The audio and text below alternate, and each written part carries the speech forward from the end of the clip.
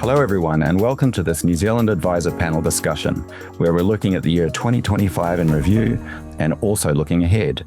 Today we'll be exploring how things change for lenders, advisors and clients, and bringing out our crystal ball to gaze into 2026.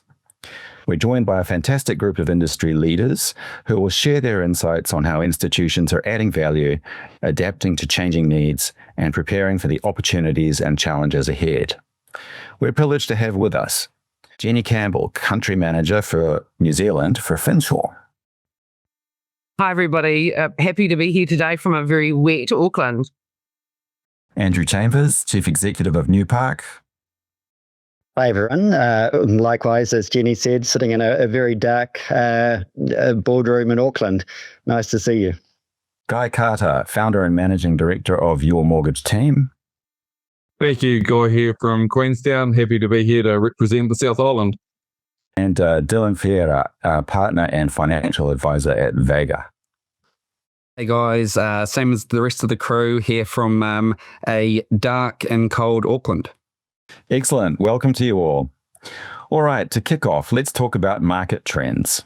So the first question is, looking back at 2025, what have been the most notable trends in advisor activity and client demand? And how do you anticipate these evolving as we move into 2026? Jenny, if I could get your opinion on this.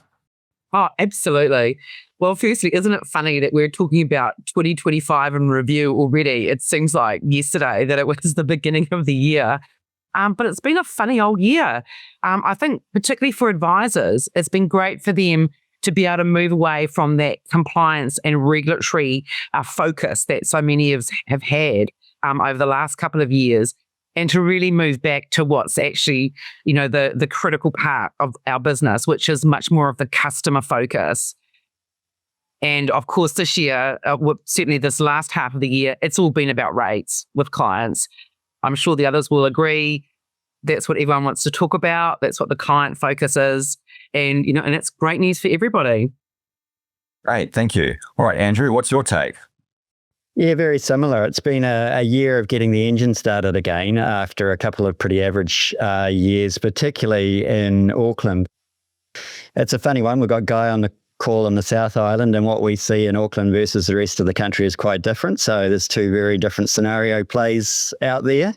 But Auckland's such a big part of the economy that we've needed to see those little telltale signs of a change in direction in terms of economy, and we're seeing that coming through month on month with a few exceptions. We've seen a nice gentle increase in terms of trend. And generally, advisors are doing a hell of a lot better than they were this time a year ago. So that's all looking good. Right. Okay, let's hear from our advisors. First of all, Guy from the South Island. Thanks. Yes, we've seen a lot of growth this year compared to 2024. And I think there's a couple of main reasons there. One, affordability is not so much an issue. Like, everybody can actually afford to get the loan they want to get to. We've seen stress test rates significantly drop from what were in the 9s and 8s now down to 6.5 to 6.85. So affordability, everybody can sort of borrow as much as they really want to, if not more. We've seen some really good products hit the market in the non-bank space. So, I think for any advisor out there, there's huge growth potential in doing deals in that non-bank space, both short-term, long-term. There's some very competitive pricing and products out there in the market. I think the growth of the advisor industry has really come along with advances in technology this year, like with digital CRMs and the ability for communication to be so quick compared to banks. So the advisor industry can move a lot faster, speed to market, everything is really seeing growth in our channel. Kind of looking forward to 2026, I see even busier year than the current financial year or than 2025. We do a lot of construction lending, probably 60% is construction. We're seeing a lot of stabilisation in material prices. Builders have a bit more confidence in looking to do spec builds. I'm kind of thinking rates of the majority of the pricing jumps already happened, but there's going to be a slight sweetener end of the year, start of next year, that there's really going to be attractive pricing that both investors, first home buyer, everybody's going to want to get back into that market, hopefully nationwide. So expecting a busy year. Great, thanks. Okay, Dylan, what are you seeing in Auckland? Yeah, thank you firstly for having me. And I think Guy did a great job of sort of covering a lot of that. But, 2025 for me felt sort of more of a reset year than a quiet year. Like the deals didn't stop. They just got a little bit slower. Pre-approval sort of sat a little bit longer. Buyers a little bit more power. And clients were maybe a little bit more cautious with debt because there's a little bit of hurt sort of in the economy. Guy sort of alluded to it earlier. What I found interesting was that two-speed sort of advisor market. We had felt like we had lots of new advisors sort of come into the industry, and they were extremely active online, trying to sort of build their presence. It felt like maybe I was getting targeted with my algorithm, but it felt like every time there was an OCR announcement or there was a rate announcement or there was a policy announcement, those guys were sort of chasing those opportunities and trying to build their brand and get their foothold sort of into this community. The experienced advisors were sort of business as usual, just with some sort of slight changes. They've got their existing referral relationships. They've got sort of their existing client base. So, they trucked along really nicely. Despite it being a tougher market, the activity didn't disappear. There's just a little bit more demand for effort and requiring better execution sort of to get deals across the line. I think sort of looking into 2026, the tone is once again a lot more positive without it sort of being easy. The OCR drops, inflation under control, inquiry backing up. I thought there are still clients sort of doing refinances, restructures, making moves. So, it's about advisors. They'll choose the guys that are really visible, the guys that are hands-on, and the guys that are providing really good advice. So I don't think 2026 is going to be a boom year, but I think it's going to be a lot sort of more constructive than what we've seen over the last couple, and deals sort of finally converting through the pipeline and just advisors needing to stay visible. Okay, great. Some good insights there. All right, so let's talk about the challenges that are facing advisors in New Zealand and how each of your organizations are stepping up. This could be through technology, training, or support. How do you help advisors overcome various hurdles and grow their businesses? All right, so let's start with Andrew. Yeah, well, we've actually just, or Newpark, I should say, has just done a survey of all our advisors to ask this question, really. And what's come back, I think it's a little skewed by the fact that a good chunk of the advisors in our group are in Auckland, but what's come back is finding clients is still number one in terms of challenges. And I think that's reflective of the market we've come out of. It may not be 2026, but there's been some hard peddling for advisors over that period. So that's that's number one on the list at the moment of challenges for them. But, I've just done a road trip around the country down to where Guy is on Monday and Hamilton and Tauranga yesterday. And it's a different story outside of Auckland. And this is the thing I like to impress on people is, I can look at the market from an Auckland view and it's coming out, but it doesn't necessarily match what we're seeing around the country. So different challenges in different regions, I think.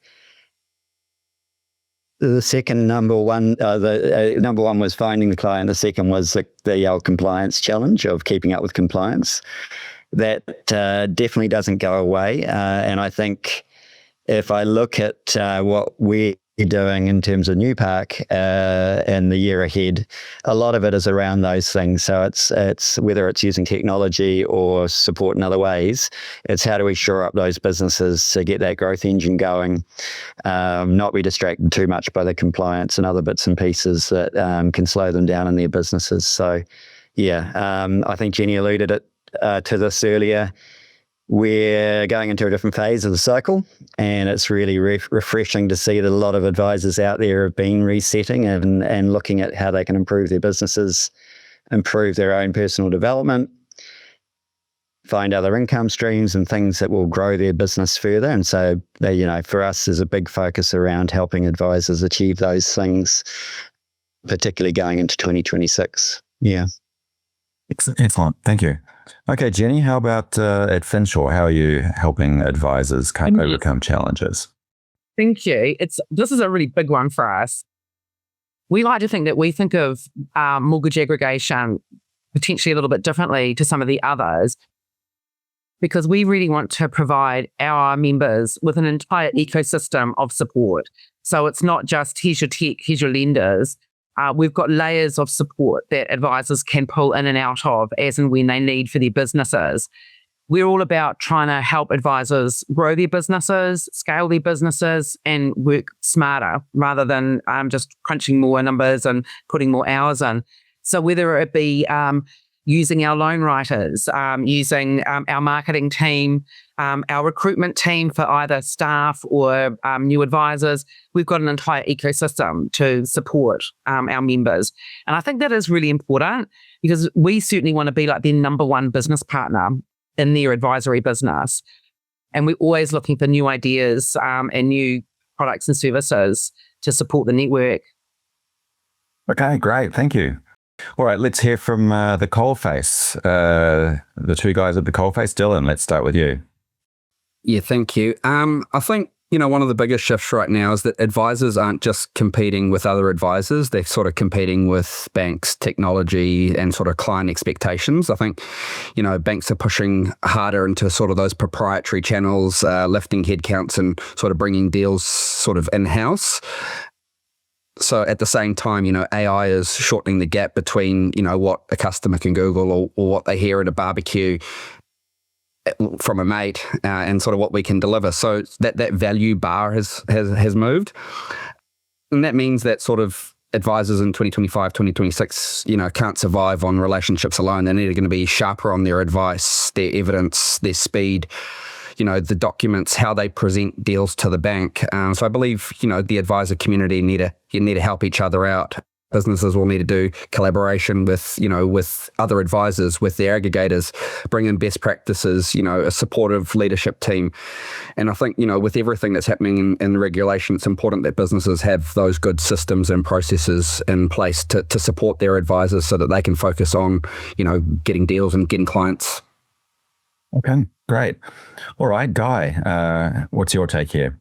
Thanks. I think one of the biggest challenges we have as a business at the moment is probably bank turnaround times and their traffic light systems. There's always limited scope for new to bank clients, high LVRs, pre-approvals, and that's probably our biggest challenge is trying to explain how a business banking turnaround time might not get picked up for 12 to 15 days. And it's pretty hard to explain to a client that it won't even get looked at for 2.5 weeks. So that's probably at the top of my list is turnaround times and just how banks have traffic light systems that are always changing and arguably hard to get new to bank clients or business banking clients to certain lenders.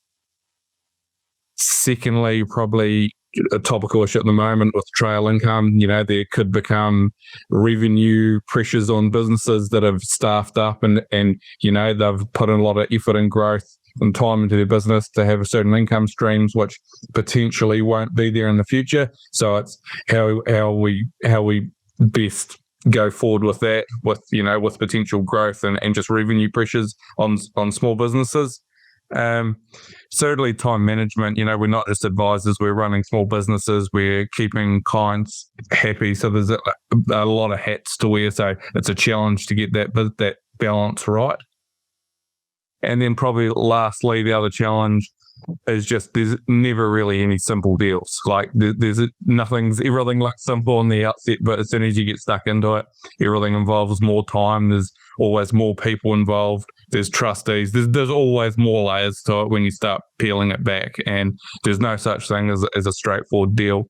In terms of how we mitigate some of those things and going forward, I think it's already been mentioned, but it's about building a team. It's not about having individual advisors. It's about having a team that can support the deal and having great support staff, great client managers, great loan writers. It's having a team. It's not an industry where a one-man band can probably thrive anymore. There's too many layers, too many things to do, and too many hats. So I think the growth really comes from building a team around you so everyone can do their part really well rather than trying to do everything. And then again, clear and timely communication. It doesn't matter whether it's with the clients, with the lenders, any stakeholder in this industry. Speed to market and communication is kind of key to run a successful business. Yeah. Okay, great. Thank you. All right. So now we'll move on to how lenders are responding to current market conditions and what kind of gaps or pullbacks are you seeing in the market. Thought we'd start off with the advisors this time. So, Guy, let's continue with you. Thank you. I think we've seen lender response. Credit's generally quite conservative. I mean, one thing is it can be quite, what's the word? A consistency, like getting consistent responses from credit and different assessors is one thing we do struggle with. I do see the non-banks really growing in this industry. There's still a very small portion of total new lending, but I think with the change in the non-bank space, with some lenders leaving, there's new products coming to the market, that's a real opportunity, one for advisors to jump on and get those where clients can only really use the advisor channel. There's going to be huge growth there. There's some great products out there if people know how to use them. The gaps emerging as such, I think it really comes down to low, like for first home buyers, low deposit. There's not many options. It has to really be the main bank, and with the pre-approvals, there's real gaps there that you can't take a new to bank client to any of the four main banks, so there's real gaps there that you try and explain to someone, you can't get them a pre-approval. That's really tough to try and explain that. Yeah, I mean, I also think banks policies, they don't necessarily share all their change in policies in a timely manner or actually at all. So they can have lots of little quirks that aren't actually communicated to us as advisors. So there's gaps there where if policies, if the bank does have a policy, it needs to be communicated clearly to the advisors, because we just need to know when we're sitting down of how a deal's calculated and how you put it together. If we don't have some of those intricacies, there's real issues there. Okay, good. Okay, some good information there. Dylan, what are you saying? Yeah, good. I think Guy covered that reasonably well, but sort of in my views, lenders have responded as we've expected, with the OCR movements down in interest rate. Given this time of year, are they resourcing up enough for that spring and summer volume? Are they going to be there over the Christmas and New Year break? And how are they going to support sort of that advisor community? I mean, ultimately, the banks haven't stopped lending. They've just been a little bit more selective around the deals that they're taking. So that, they're still open to those good deals. But as alluded to before, those vanilla, easy, good deals are few and far between now. We're sort of getting those complicated ones, which is where we can add our real value. And I think, they're pushing back a little bit harder. So we just need to be able to be clear on our justification on how deals are presented. I think, some of the pullbacks and the gaps are similar to what Guy had mentioned. I think, some of the stuff around the high LVR space and the pre-approvals is really tough for us, because we are competing directly with the banks that are potentially doing up to 24-hour turnaround times and able to have access to knowing when there is availability of over 80% lending. So I think that's something that we're going to have to work towards, but it will improve. Okay, great. All right, let's move on to Jenny. Well, listen, I couldn't agree more with the advisors. I think the turnaround times is such a huge problem for advisors, and it's one that I know every lender looks at, and to be fair, that they try and fix this. But I don't think it's so much the time. I think it's the lack of parity between the advisor channel versus the direct channel. That's just not fair when we know that someone can walk into a branch and get a much faster turnaround than they can through going to an advisor. It just shouldn't be the case. And I know that that's not what they want, but it is, unfortunately, that is reality.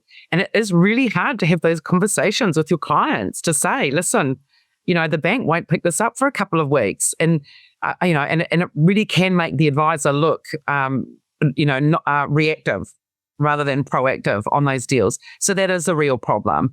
But they certainly are trying. I think some harder than others, to be fair. I look at, I've got to give a bouquet to Kiwibank, for example. They're doing some great work in market at the moment with their fast refi product, things like that. They've really looked at the market and thought, where's a gap? Like, where's something special that they can do? And it's, and it's fantastic. And I want to see more of that kind of innovation. That'd be great, because there's certainly room for it in New Zealand.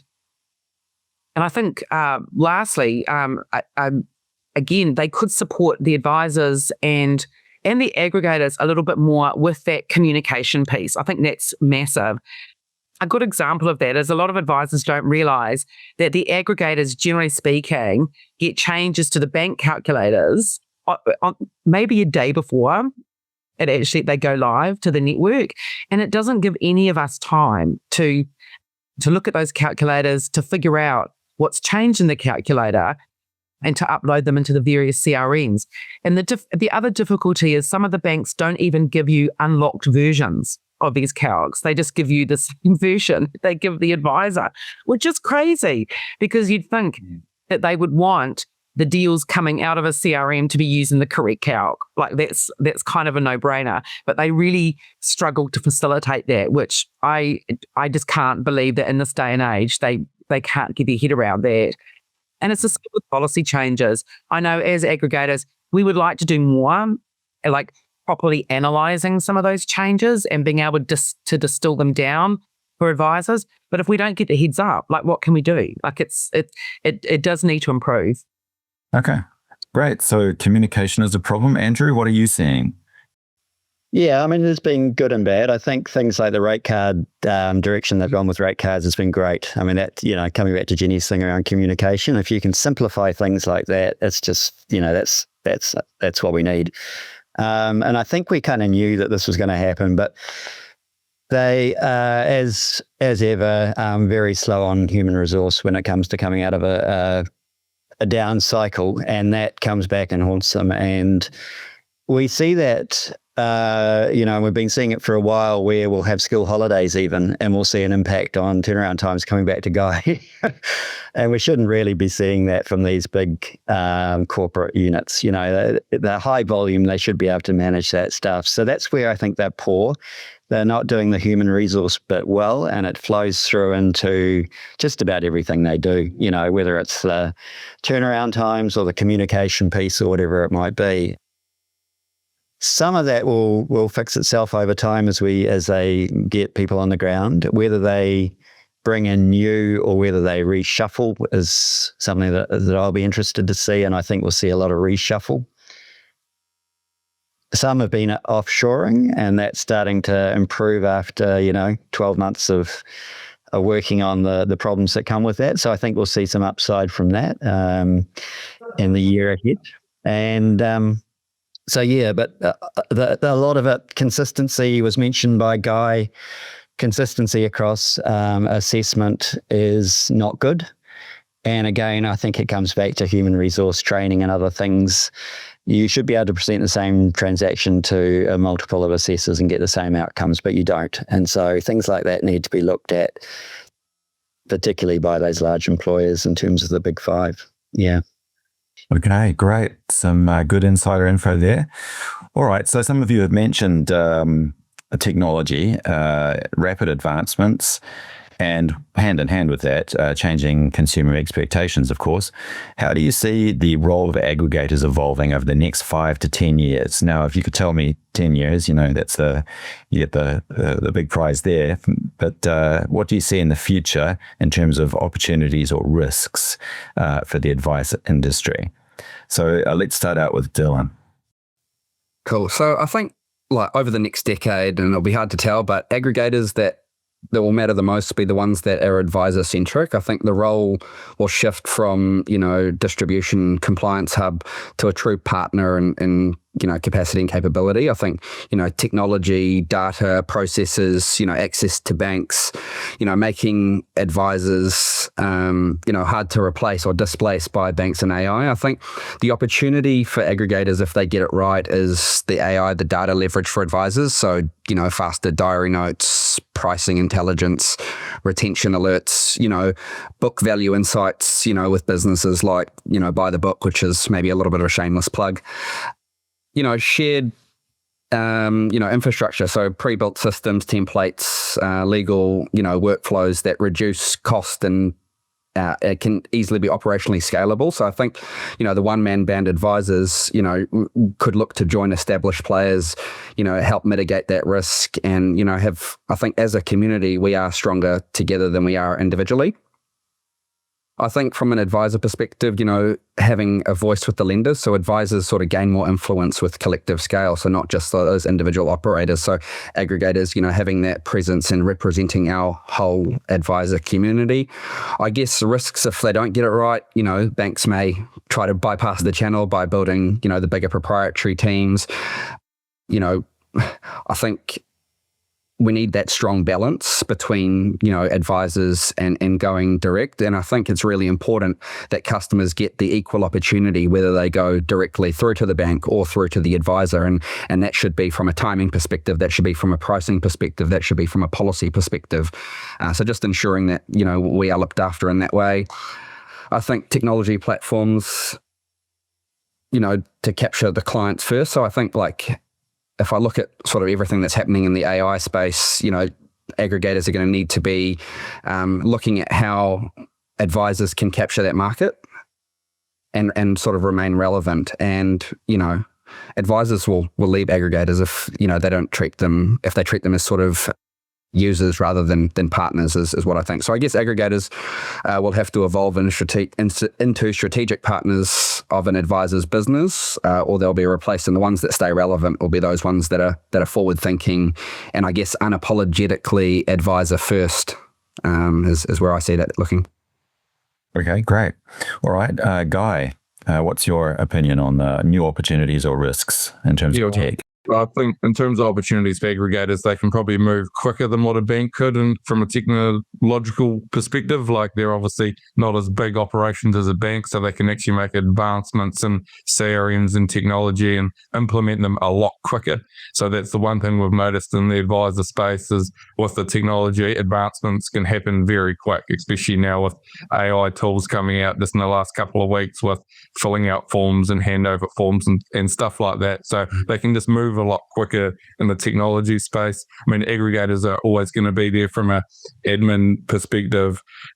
They're going to be there to provide these tools and put resources into developing tools for advisors to use, which we can hopefully share with our clients. Because if the advisors are spending time on that, it's taking away from our core of just delivering advice. So if they can provide those tools for us to use with our clients, that's going to add a lot of value. Training and compliance is always going to be there regardless. Again, with brand and marketing support, that's still going to be there. But the more the aggregator can provide, it enables the advisor to stick to their knitting as such.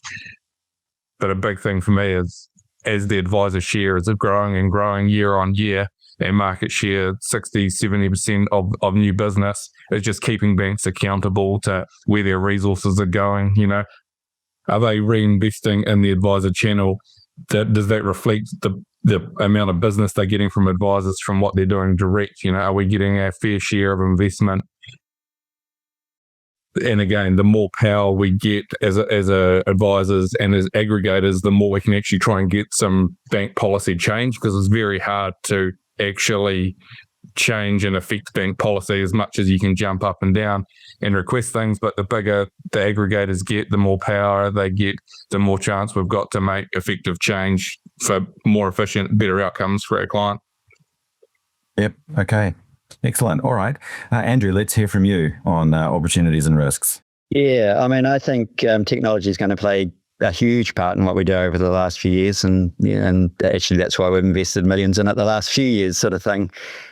But I think the reason that we're investing in it is more about sort of what both Dylan mentioned earlier on. It's that fact that what have you got when you go to war against your large product providers directly? Well, you've got your relationship side. And so I believe that we're going back into a relationship partner cycle.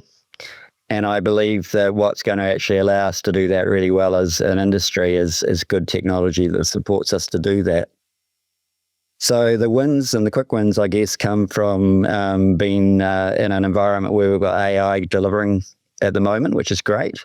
And as Guy mentioned, in our product, we're doing things that take away some of the need for support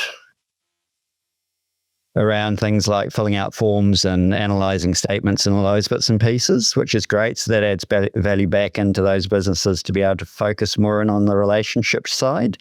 So I think you're going to see more of that and it's actually going to simplify business. But I also think, and we're working on a KiwiSaver product on the tech side at the moment, don't underrate AI's ability to improve an advisor's skill set around providing advice.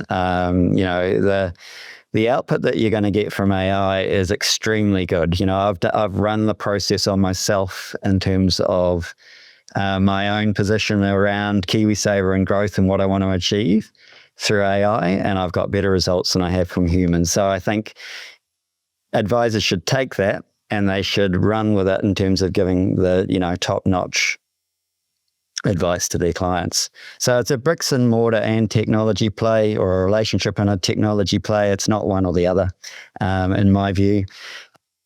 But that's really going to drive the next 10 years. That and the change in our overall economy, where we'll see that transfer of wealth going from boomers down into millennials, and again for our industry, if we can just cease that as a group, we're going to do amazingly well, I think. Yeah. Great. Okay, thanks. Okay, Jenny, what's your take? Yeah, listen, I agree a lot with what Andrew was saying, because like the tech piece is just moving so incredibly fast now, and it is going to change the landscape for mortgage advisors, in the really short-term distance. I think we're going to see a lot of the vanilla deals, the really easy, type refi kind of stuff. Is this all going to disappear directly to the banks with AI? I think that's going to be the reality. As if you're a nice clean deal and you're a youngie that's pretty tech savvy, you probably will end up just having some AI assisted capacity with your direct lender. So to Andrew's point, we have to continually think about how we can add value, and how we can really entrench ourselves into our clients' financial lives and make sure that we're offering like a full 360-degree view of their financial future. Because I think people will still really want to talk to an advisor at the end of the day. And the market share proves that. Like even now, like the market share for advisors is growing, even in the environment that we're in now. And that's great for the consumer, because I do think that we keep everybody honest. And I think the power of really good advice is enormous. And so that is going to be just a major, major focus moving forward. Because the AI piece, it is going to be huge, and it's just moving so fast.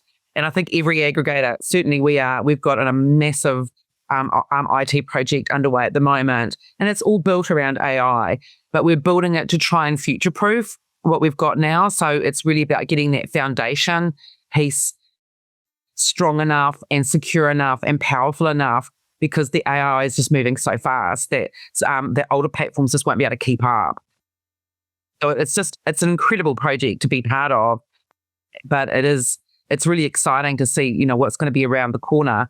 But I think there will always be the need for advisors, and it is a great opportunity for advisors to really stamp their difference and make it a much more human interaction than it potentially will be in the future. Okay, great. Thank you. All right. Now we move on to our advisor question for Andrew and Jenny. So I'll just read this one out. How do we ensure even outcomes between advisor and direct channels, especially around timeframes, keeping banks accountable to advisors, new clients, and paying commissions fairly? Quite a lot in there. Andrew, do you want to start? Yeah, it's been very topical, and I was talking to BNZ about this just recently, in terms of the biggest mistake you made was actually using it as an advertising opportunity, because we know that it's very hard to keep those channels even, but when you take advantage of it, you really lose some trust in terms of the advisor community. But on the flip side, I think there's been some learnings from that. I think we've all mentioned it today. This industry is a large channel now for all of the banks, and it's probably only going to get larger. And I think where the mentality of the banks sits, or has sat, is somewhat sort of akin to where it was in the early 2000s, where this third-party channel was a small proportion of industry. and they've had to kind of grow up and learn a little bit. And I actually think they might be learning. I think there's been a bit of testing of the limits lately. There's been some banks going, we don't like this idea of going above 50. There's been some that have really embraced it. But I think out of it, it's sort of, it's testing the ceilings for them. It's thinking about their models. They can't do without this group. And so if they don't get channel neutrality right, it'll bite them, and they'll see that in the future. And so it's just a pity we have to have these little disruptions along the way where they test our industry. But I'm sure that's kind of what it is.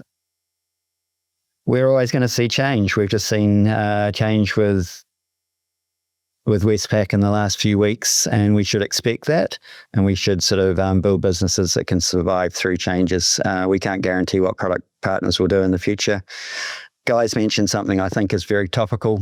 We need more competition within the market. We've seen some good products out of non-banks. I would like to see more competition at the top end of town. I'd love to see a Macquarie, an advisor first led type proposition in New Zealand. So let's hope that things keep evolving in that direction. Okay, very interesting. All right, Jenny. Yeah, it is always a fine balance, isn't it? Trying between that advisor and the direct channel. But I think regulation really has helped us in the long term in this space. I think tidying up our profession and making everybody qualified financial advisors has given them much more credibility in the face of the public. I think for sure that gives them a lot more confidence.